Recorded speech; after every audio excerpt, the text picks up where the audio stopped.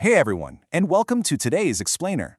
I'm so glad you're here, because we are unpacking an absolute mystery today. One that literally flips our conventional timeline of human history completely upside down. If you've ever been fascinated by the origins of civilization or, just how incredibly capable our ancient ancestors actually were, you are definitely in the right place.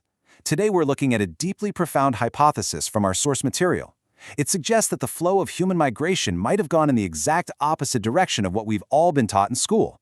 We're going to break down the complex astronomical, genetic, and historical arguments of this theory, piece by piece, so you can really get a clear view of the whole framework. Okay, let's dive right in. To really grasp the sheer scale of the theory we're exploring today, we've got to start with a massive question. What if the secret to ancient ocean crossings was actually hidden up in the stars? Specifically, in the wings of a celestial swan, or maybe even a South American condor. The sources we're digging into highlight a seriously fascinating anomaly. They propose that these ancient cultures didn't just accidentally stumble across the oceans. No, they were executing highly calculated, global voyages using incredibly advanced celestial navigation. So the mystery we're looking at here isn't just about building boats.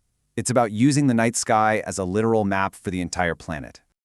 To help visualize this geographical puzzle, just think about the ancient, super enigmatic stone pillars of Göbekli Tepe in modern-day Turkey. Now contrast those with the towering, really majestic stone walls of Kuelap way over in the South American Andes. According to mainstream historical models, these two vastly distant regions couldn't possibly have shared cultural blueprints. It's considered a total geographical impossibility. And yet, the theory we're breaking down today points out that these sites, along with others like Easter Island, actually share some striking commonalities in their astronomical alignments and construction techniques. It implies a shared cultural knowledge that somehow spanned the entire globe. And that brings us right to the core framework of our explainer today, the out-of-America theory. This is a hypothesis proposing that human migration and advanced culture actually originated in South America rather than the other way around. Proponents of this theory suggest that early, highly advanced navigators expanded globally out of the Americas by basically riding the ocean currents.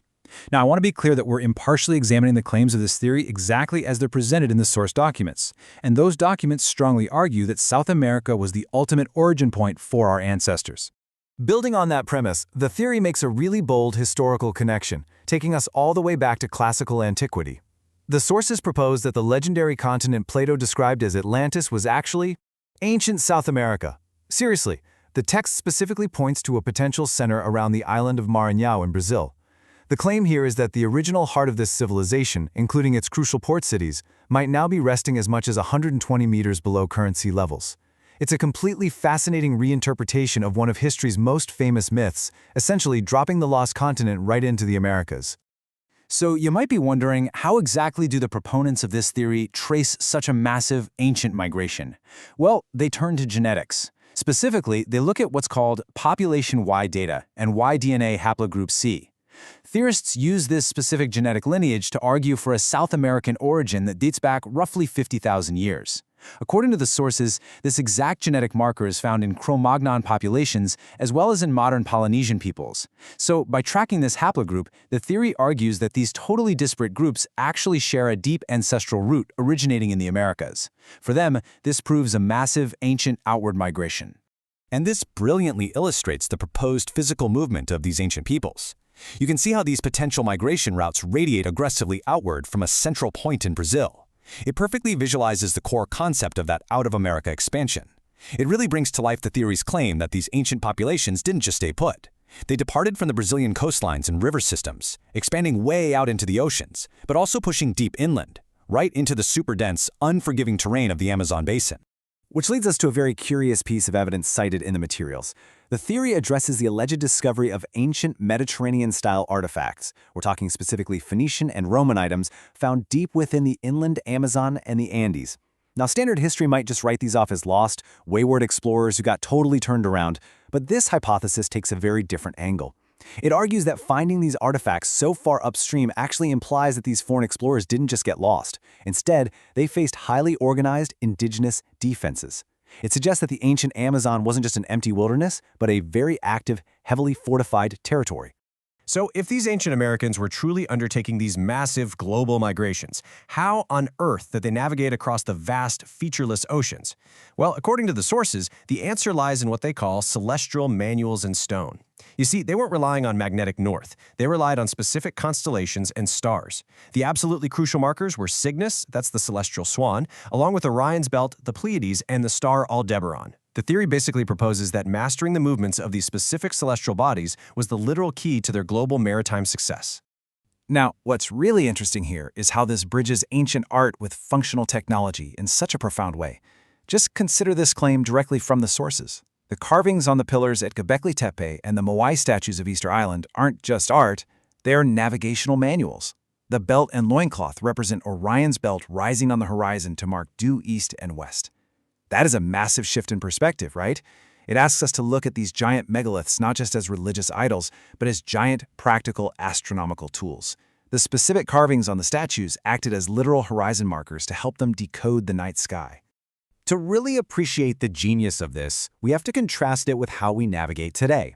While modern seafaring relies heavily on magnetic compasses, sextants, and, GPS, the ancient mechanics proposed by this theory relied entirely on constellation navigation. By meticulously tracking Cygnus and Orion and combining that knowledge with a deep understanding of ocean gyres, these ancients supposedly circumnavigated the globe without any modern tools whatsoever. They completely substituted our mechanical instruments with a highly sophisticated understanding of celestial geometry and used the natural global conveyor belts of ocean currents to get around. And this beautifully captures the physical reality of that epic journey. Think about the stunning stone portal of Pedra Ferrada in Brazil, and then overlay that with the sprawling paths of those global ocean currents.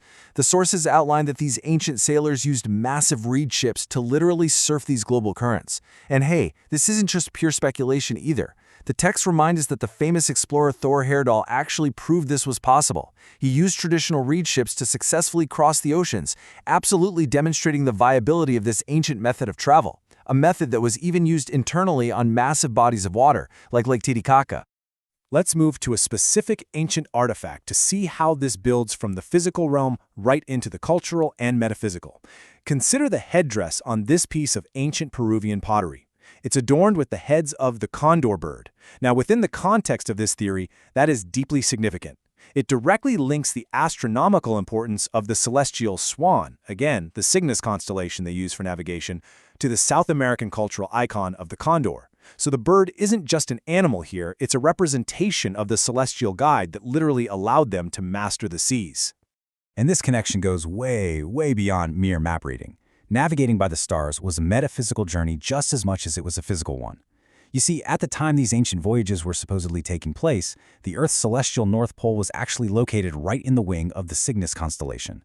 Because of that, the sources explain that aiming your ship towards Cygnus wasn't just about physical survival on the open ocean, it was deeply, intimately tied to spiritual rebirth. Following the celestial swan meant connecting with the cosmos and literally navigating the passage to the afterlife itself. So, the crucial point is this. We are being presented with a deeply intertwined tapestry of genetics, megalithic architecture, oceanography, and the stars. The Out of America theory challenges us to fundamentally rethink the timeline and the direction of human ingenuity. I want to leave you with this final provocative thought to chew on. What are your thoughts on the Cygnus constellation's role in bridging the gap between hard astronomical data and these radical historical migration theories? It's a beautiful mystery that forces us to look up at the sky just to understand the ground beneath our feet. Thank you so much for joining me for this explainer. Keep asking questions and definitely keep looking at the stars.